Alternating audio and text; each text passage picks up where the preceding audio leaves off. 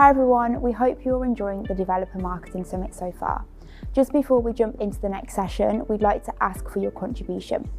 We're currently running a Tools of Choice survey where you can tell us the tools and platforms you use every day in your role. This could be CRM, social listening, SEO tools, and more. By contributing to this report, you can help us map out the ultimate directory of tools used by developer marketers around the world and get a powerful library of tools that will save you money and time on research, generate value to your company, and help you gain an edge over your competitors. Simply take our Developer Marketing Tools of Choice survey to have your say. I'll be sharing the link to take part in the live chat, but for now, back to the Developer Marketing Summit.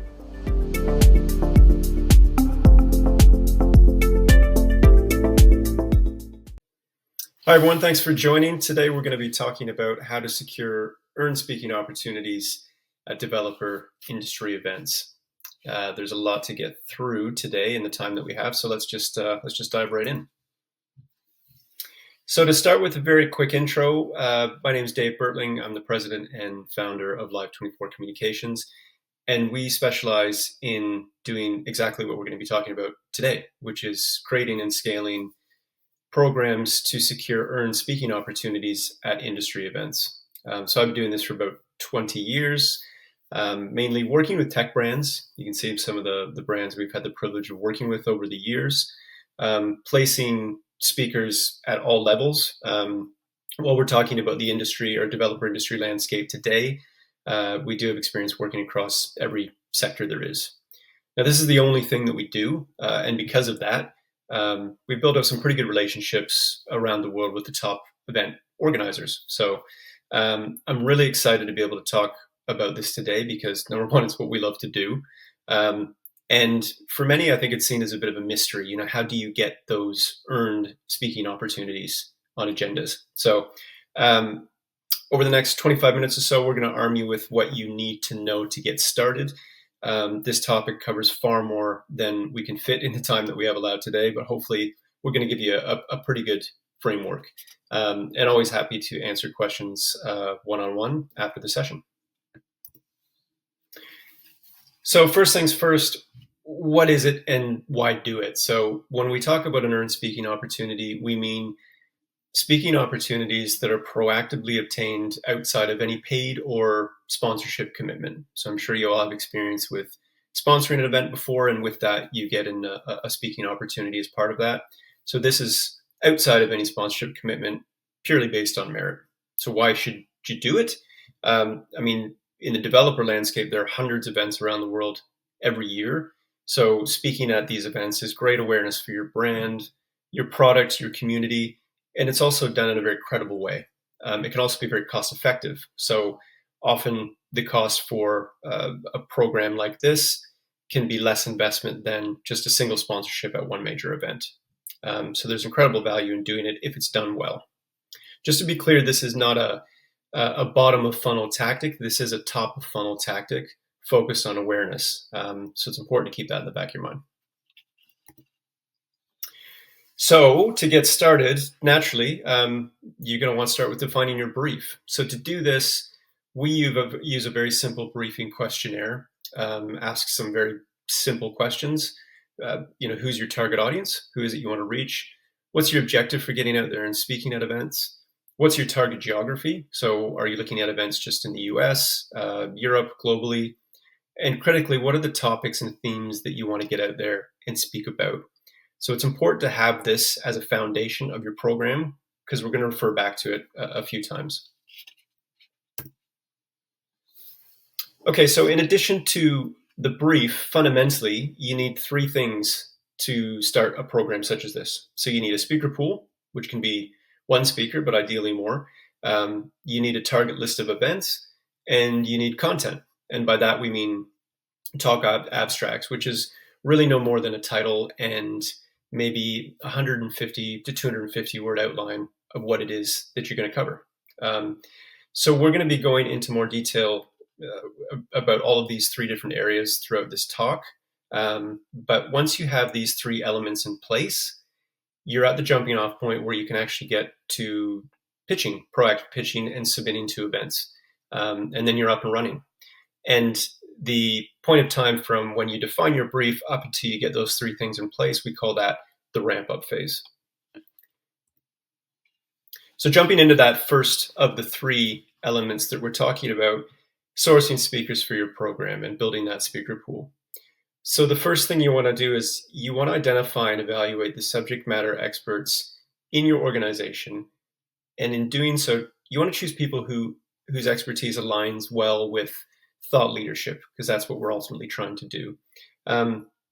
You want to include people at different levels, if at all possible.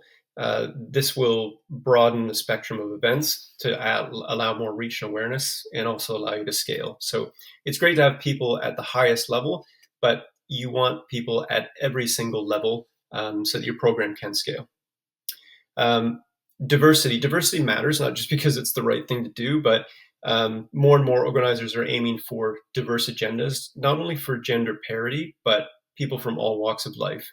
And they even go so far as to ask if you're a member of an underrepresented group when you're filling out a lot of the call for speakers forms online. And engagement is probably the most important part. You want to make sure that you're finding speakers and subject matter experts who are truly bought into the idea of speaking. So those who are keen and willing to get out there and speak, you're going to have much more success with those people. They'll collaborate with you on abstract content, and you're going to have a lot more success with those type of people than those who are maybe not really interested in doing it, but have been told to do so. So from there, or rather at the same time, you can start to build your target event list. So building an event list can be very labor intensive exercise, but it's critical that you invest the time and effort upfront to do it right, or get someone to help you do it. Broadly speaking, we follow a two-step process to build out a target event list. So it starts with creating a long list. And for this, we use simple keyword-based event research with search engines. The first thing you want to do is draw up a list of what keywords pertain to the topics and themes that you want to speak about. So for example, if you want to speak about DevOps, naturally, DevOps would be a keyword that you would use. And then you want to add qualifying keywords in your search queries, such as conference, congress, summit, etc. That's going to pull up a lot of events, but you just want to sort of go through each of those, put them down in a database format that you can work from there. Once you've created that long list, you can move on to creating your short list. So depending on the size and scope of your brief, you could have hundreds of events. So further evaluation is needed to ensure that the long list aligns to your brief. So when looking at all the different events you have, take a closer look at each of the event and determine whether it attracts your target audience, is within your target geography outlined in your briefing questionnaire, and the focus of the event and its theme aligns with the topics and the themes that you want to speak about. So in doing that, you're kind of casting the net very, very wide when you begin, and then that further level of due diligence to really sort of narrow down the target list. And at the end, you should feel comfortable that if you were to secure an opportunity to any of the events on the short list, you'd feel pretty good about that. So some other considerations with events, bigger is not always better. People tend to gravitate towards the larger industry events. Sometimes 30 of the right people in the room can be better than 300 of the wrong people in the room. You can also get lost in larger events too. You're competing for a lot of share of voice at larger events. The other thing that, or one of the most common issues people come to us with is they know the events they know about, but they don't know ones they don't know about. And they're very nervous about missing out on all the other good events that are out there. So we like to cast the net quite wide again, just to make sure that we capture absolutely everything that's out there that aligns broadly with our target topic areas. And then when we do that second round of due diligence and creating the short list, we can check out the ones that maybe don't align fully to the brief. But doing this process, while it's quite labor intensive, it means at the end of it, you have a pretty good comfort level that you've got all the events that are out there, and that you're not missing anything. So you've got your speaker pool. you've got your target event list, and now you're on to writing some talk abstracts. You need something to actually pitch to the event organizers. So this is probably the most important part of the process, particularly for developer events, which receive far more submissions than they can ever accept. Particularly for the larger events, you really have to stand out from the crowd. I think the good news is that most people's abstracts are not that great that are submitted to these events. So if you can focus on doing a few key things, you're already going to be ahead of the game. So before I get into that, it's very important to understand why people attend events, and that is to learn.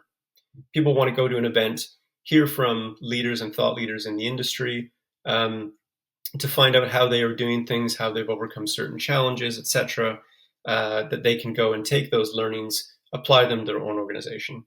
So it's through the lens of learning that conference organizers are always going to be looking at your submission. What is my audience going to learn from that? And a golden rule is to never, ever sell. Don't talk about anything too self-serving. It's a red flag for organizers. And remember, people are there to learn. They don't want to be sold to. They want to learn stuff. So never, ever sort of sell or resist that temptation to sell. So with all that in mind, we've developed kind of a proven format for what we consider a great talk abstract. And you kind of break it down into 4 different areas. So the first one is coming up with a title that describes what they're learning. It's very descriptive. So thinking about the title, starting, how to do X or 3 steps to overcome Y, is a good way to start it. Remember that the people who are looking through all of these abstracts to decide which ones go on the agenda, sometimes there's hundreds they have to look through. They're not reading all the abstracts. They're sort of scanning through the titles for the ones that look good, and then they'll read further if they see something they like. So have a very descriptive title that gives an idea of what people are going to learn from that talk.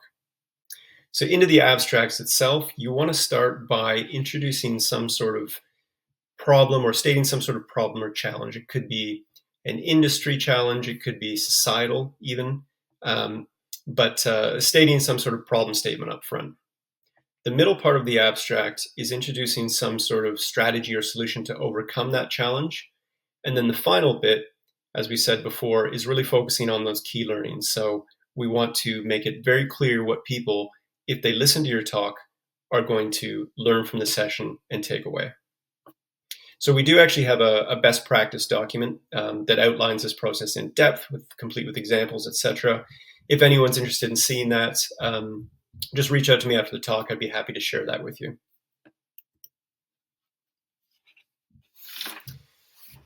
So now that you've done all the heavy lifting to get those 3 fundamental things in place, you've got an engaged speaker pool, you've built your target list, and you've written some winning abstracts, you can get to the fun part, which is pitching and submitting to target events. So there are typically 2 ways that organizers source their speakers to build their agendas, and we're going to look at each of those in a little bit more detail right now. So the first is an online call for speakers process. So overwhelmingly for developer industry events, this is the process they use, probably in excess of 90%. So the process begins by working chronologically through your target list to track all of the deadlines for the call for speakers for each of the different events. So when you're doing so, look at the call for speakers information provided on the website and pay attention to that detail, because they will usually do a pretty good job of outlining what they're looking for, be it type of presentation, format, topics, themes, even so far as giving examples of past successful talks that have been accepted. So always a good idea to really pore over that and look at it in great detail. What you're doing then is you're taking that information on the call for speakers and you're cross-referencing that with the topics and themes of the abstracts that you've already written. So if you see alignment between those 2, then it's probably worthwhile submitting that abstract.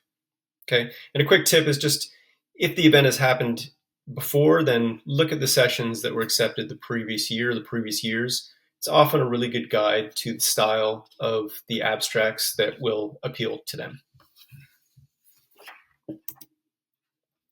So the other way, while less often used for developer events, I think it's important to cover is a private and direct speaker outreach.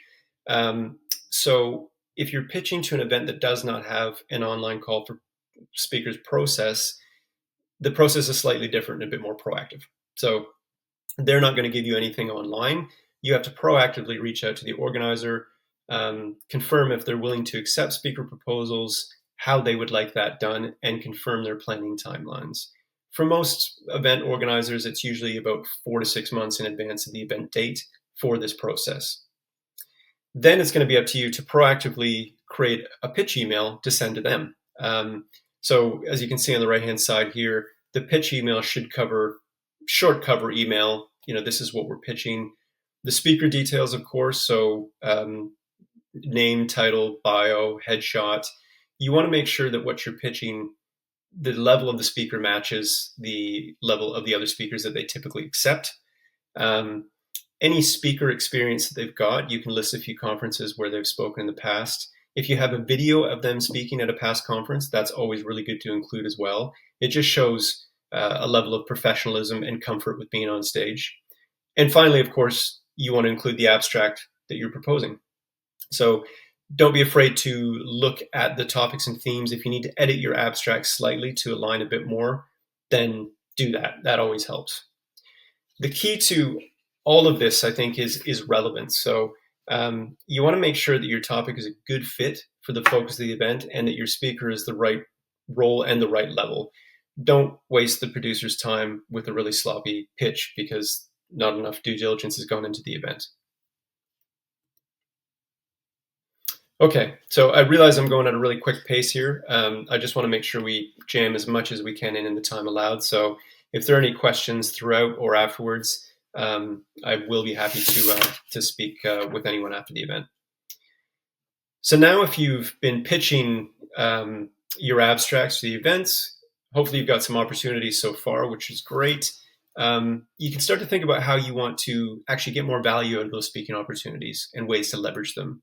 So 3 great ways to do that are through media relations, social media, and blog content. So with media relations, any event of a decent size is going to have some press that attend the event. Some even have media partners. If you ask the organizer for a list of the confirmed press that are going to attend the event, then you could share that with your PR team or whoever's doing PR for you. They can try and set up some media briefings on site for your speaker. Social media, most event organizers these days will be very happy to create branded social media assets or social media cards with your speaker for promotion on their own social channels, but also on yours as well. And if they're recording a video of the presentation or your speaker's talk, often they'll share that with you to be able to share on social media or snippets of it after the event as well.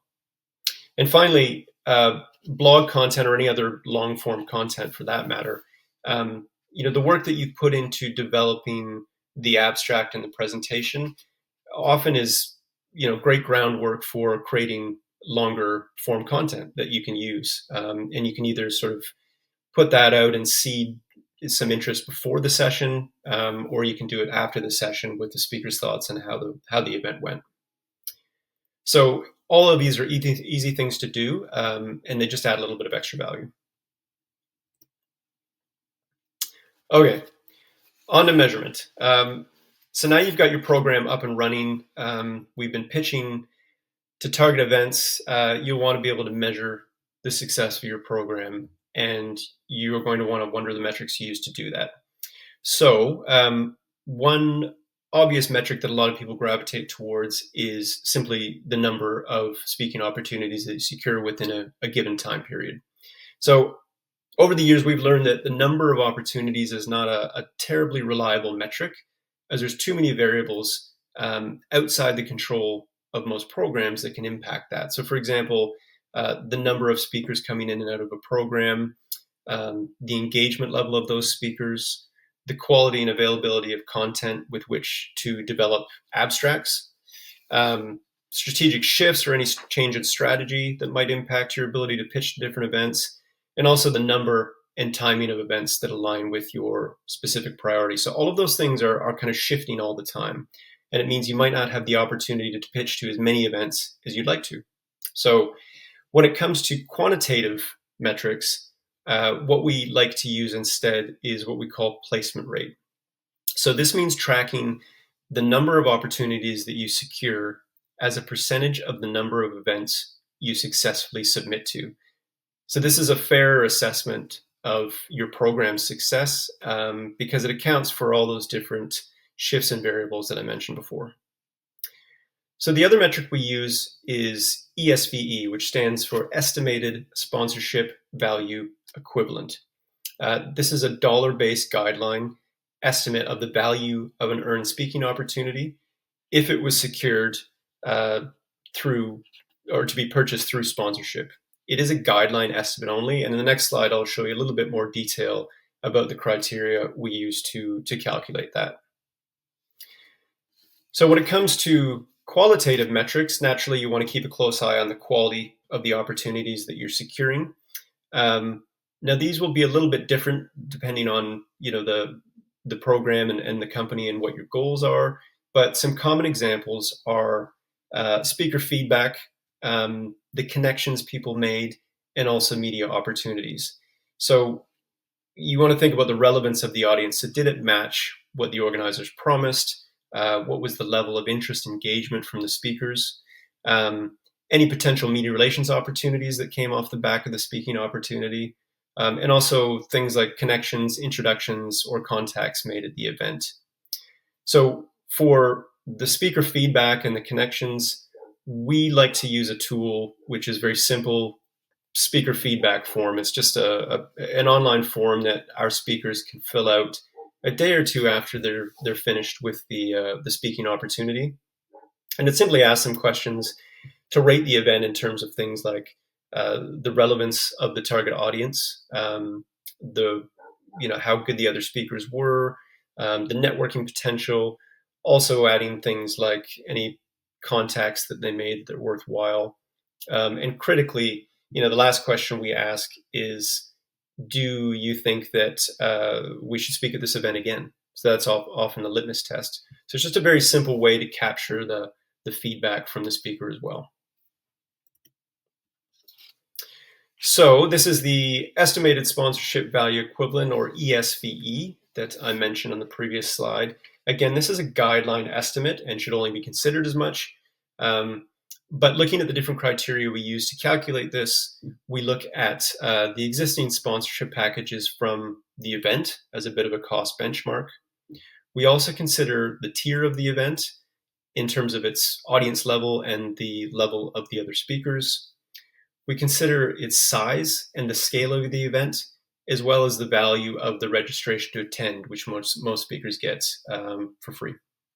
And finally, just our experience from similar types of events and their cost benchmark. So taking all these things together, we usually can get a pretty good idea of the value of the opportunity if you were to purchase it through sponsorship, which is not something that typically a lot of organizers do, is just sell you a speaking opportunity. Normally it comes as part of a larger package that includes branding and lots of other stuff.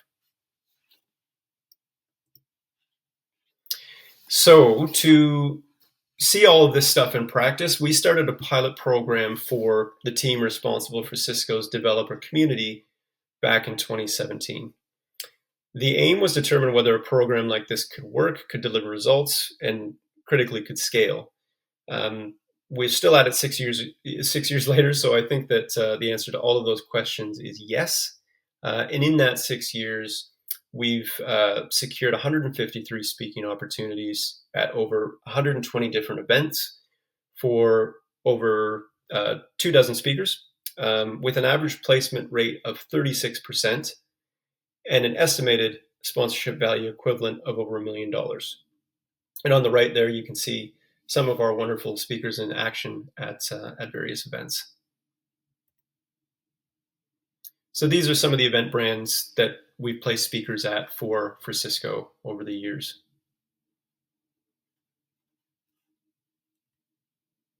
Now, to see some of the metrics that I talked about earlier in practice, this is taken from our most recent summary report. for Cisco and its developer program. So you can see here that the number of opportunities, which we do track, was 42 for the year at 32 different events for 11 different speakers. We pitched a total of 97 events to get those opportunities. We had a placement rate of 43%, and the program's ESVE was $312,000. So this is sort of the quantitative metrics that we talked about earlier in practice in a real program that we've been doing for about 6 years. So if you're lucky position to receive an inbound invitation to speak, it's important that you have a methodology of evaluating the event and the opportunity to make it worthwhile. So for a few lucky brands, if you're a larger brand, this is their bigger challenge. It's not sourcing proactive opportunities, but rather having to deal with a huge influx of incoming invitations. And the challenge is evaluating each one of those to figure out if it's a good event to speak at or not. So I wanted to include this just in case there's anyone in the audience that is in this enviable position to have a lot of incoming invitations that they need to deal with. So how do you do that?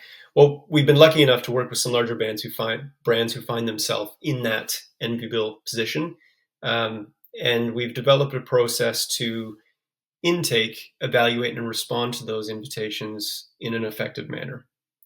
It is based on a foundational event evaluation framework that we can largely break into three sort of areas here.